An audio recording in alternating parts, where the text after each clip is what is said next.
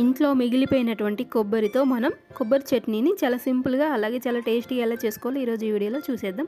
చూడండి, ఈ విధంగా ముందుగా పచ్చి కొబ్బరిని చిన్న చిన్న ముక్కల్లాగా కట్ చేసుకొని తీసుకోవాలి. ఇప్పుడు మనం స్టవ్ ఆన్ చేసుకొని ఒక చిన్న కడాయి పెట్టుకొని అందులోనికి ఒక 3 టేబుల్ స్పూన్స్ వరకు ఆయిల్ని వేసుకోవాలి. అలాగే ఇందులోనికి పచ్చిమిర్చి ముక్కలు, అలాగే 1/2 టేబుల్ స్పూన్ జీలకర్ర, అలాగే టమాటా ముక్కలు, అలాగే కొంచెం కొత్తిమీర, కరివేపాకును వేసుకొని వీటన్నింటిని కూడా మనం మీడియం ఫ్లేమ్లో ఉంచి దోరగా ఫ్రై చేసుకోవాలి. అలాగే టేస్ట్కి సరిపడినంత సాల్ట్ని కూడా వేసుకొని ఒక 5 నిమిషాల వరకు కూరగాయలన్నీ కూడా మగ్గేంత వరకు కుక్ చేసుకొని స్టవ్ ఆఫ్ చేసుకుంటే సరిపోతుంది.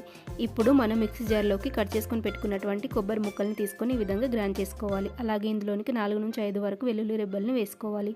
అలాగే మనం ఫ్రై చేసినటువంటి టమాటో, పచ్చిమిర్చి ముక్కల్ని వేసుకొని ఈ విధంగా పేస్ట్ లాగా గ్రైండ్ చేసుకుంటే సరిపోతుంది.